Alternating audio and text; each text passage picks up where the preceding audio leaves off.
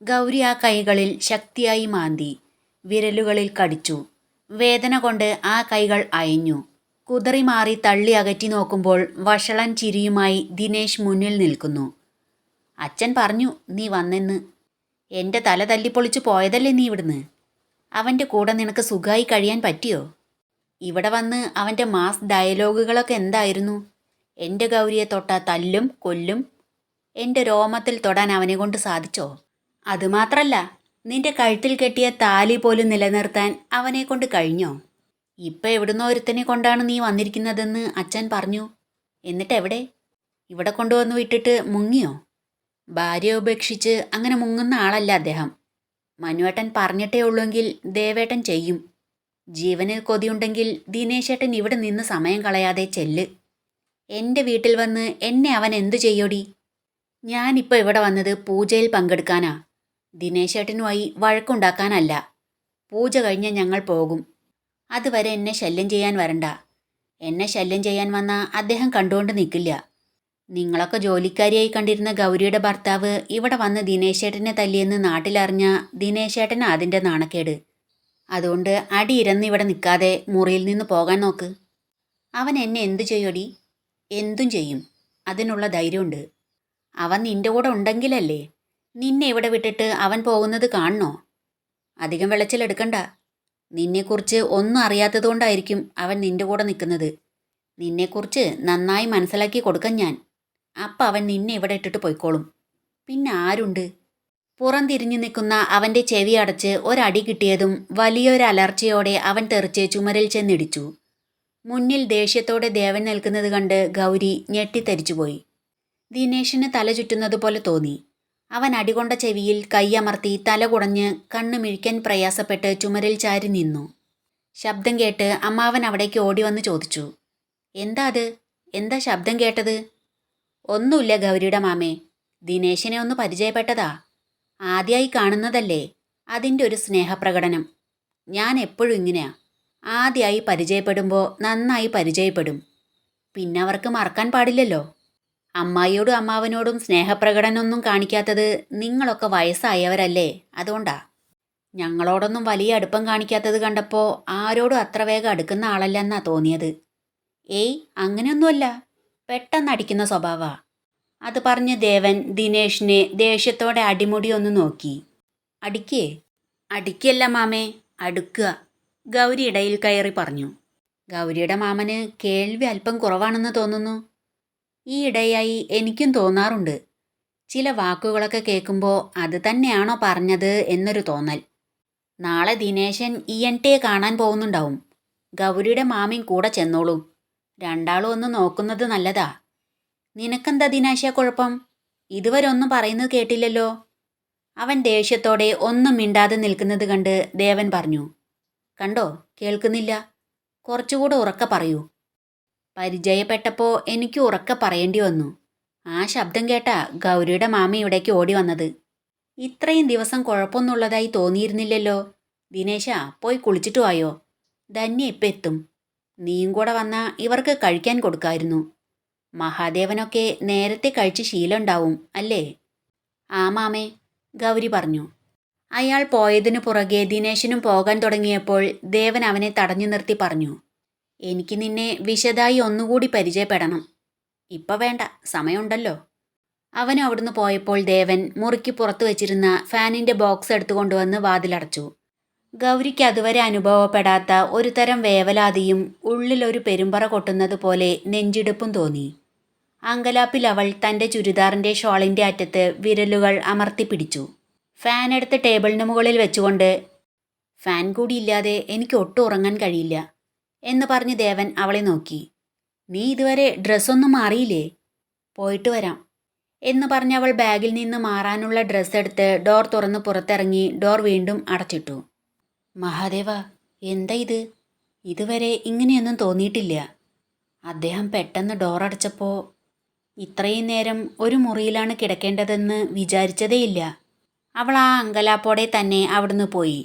ഗൗരി കുളി കഴിഞ്ഞു വരുമ്പോഴേക്കും ധന്യയും അനിയും എത്തിയിരുന്നു. അവളെ കണ്ടതും ധന്യ ചോദിച്ചു, നീ നേരത്തെ എത്തിയോടി? ആ, സന്ധ്യയ്ക്ക് മുമ്പ് എത്തി. എവിടെ നിന്റെ കെട്ടിയവനെ പുറത്തൊന്നും കാണാനില്ലല്ലോ? റൂമിലുണ്ട്. ഓഫീസിലെ എന്തൊക്കെയോ കാര്യങ്ങൾ നോക്കുക. ഓഫീസിലെ ഫയലും കൈപ്പിടിച്ചാണോ പോന്നത്? ഫയലല്ല, ലാപ്ടോപ്പിൽ. അമ്മായിക്ക് കഴിക്കാൻ കൊടുത്തു. നമുക്കിരിക്കില്ലേ? ഏട്ടൻ വന്നിട്ടില്ല. ഏട്ടനൂടെ വരട്ടെ. നിങ്ങൾ സതീഷേട്ടൻ വന്നിട്ട് കഴിച്ചാൽ മതി. ഞാൻ അദ്ദേഹത്തിന് കൊടുക്കട്ടെ. അദ്ദേഹം ഇത്ര ലേറ്റ് ആകാറില്ല. അതെന്ത് വർത്തമാനാടി? വീട്ടുകാർ കഴിക്കുന്നതിന് മുൻപ് വിരുന്നുകാരാണോ കഴിക്കുന്നത്? വീട്ടുകാർക്കാണ് തോന്നേണ്ടത് വിരുന്നുകാരെ ആദ്യം ഊട്ടണമെന്ന്. ധന്യ ചേച്ചിക്ക് അത് തോന്നില്ലെന്ന് എനിക്കറിയാം. എൻ്റെ ഭർത്താവിൻ്റെ കാര്യം ഞാൻ നോക്കണ്ടേ എന്ന് പറഞ്ഞ് ഗൗരി അവിടുന്ന് റൂമിലേക്ക് പോയി. ദേവനെ കൊണ്ട് കഴിക്കാൻ വരുമ്പോൾ ഡൈനിങ് ടേബിളിന് ചുറ്റും ധന്യയും അനിയും അമ്മാവനും ഇരിക്കുന്നുണ്ടായിരുന്നു. മഹാദേവ ഇരിക്ക്, അമ്മാവൻ പറഞ്ഞു. അവനും ഇരുന്നപ്പോൾ ഗൗരി കിച്ചണിൽ ചെന്ന് കഴിക്കാനുള്ളത് എടുത്തുകൊണ്ടുവന്ന് അമ്മാവനും ദേവനും വിളമ്പിക്കൊടുത്തു. നീ ഇരിക്കു ഗൗരി, ദേവൻ പറഞ്ഞു.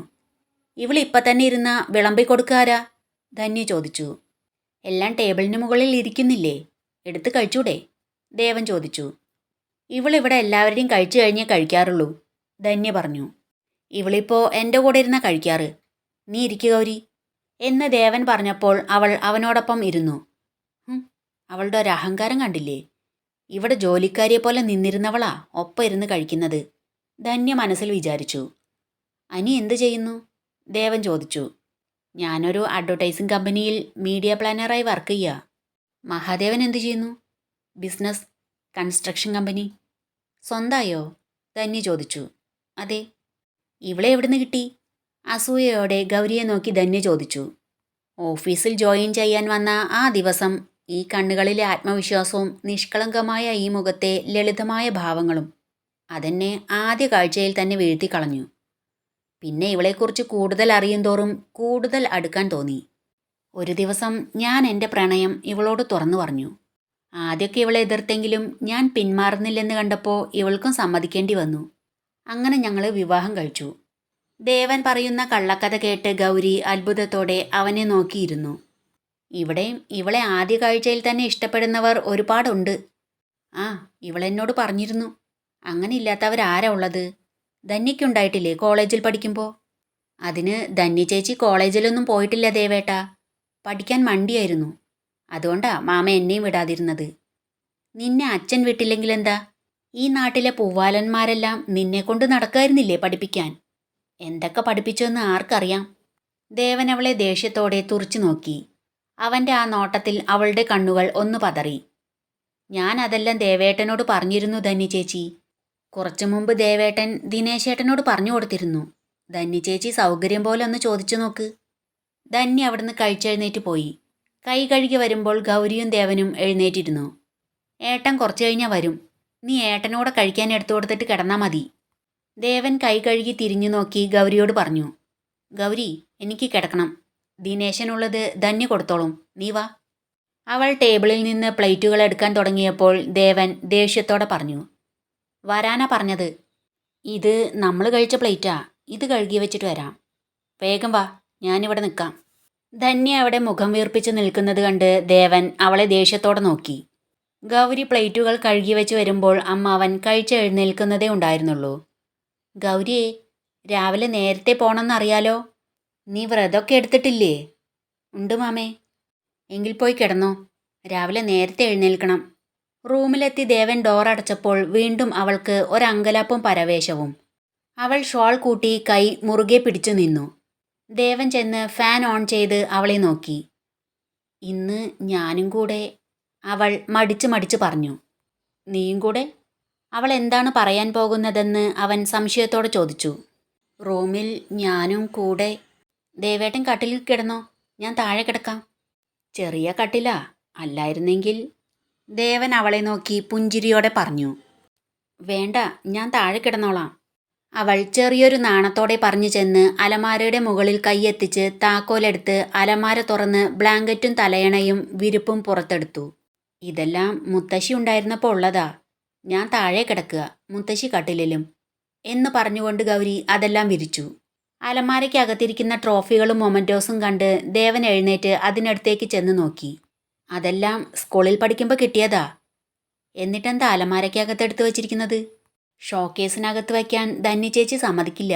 കോംപ്ലക്സാ. ആ ട്രോഫികൾക്കിടയിലൂടെ അലമാരയുടെ അറ്റത്തായി ഇരിക്കുന്ന ഒരു ഫോട്ടോ അവൻ്റെ ശ്രദ്ധയിൽപ്പെട്ടു. ട്രോഫികൾക്കിടയിലൂടെ പ്രയാസപ്പെട്ടെത്തിച്ച് അവൻ ആ ഫോട്ടോ എടുത്തു നോക്കി. അവൻ്റെ മുഖം മങ്ങുന്നതും മുഖത്ത് സങ്കടം പ്രതിഫലിക്കുന്നതും അവൾ കണ്ടു.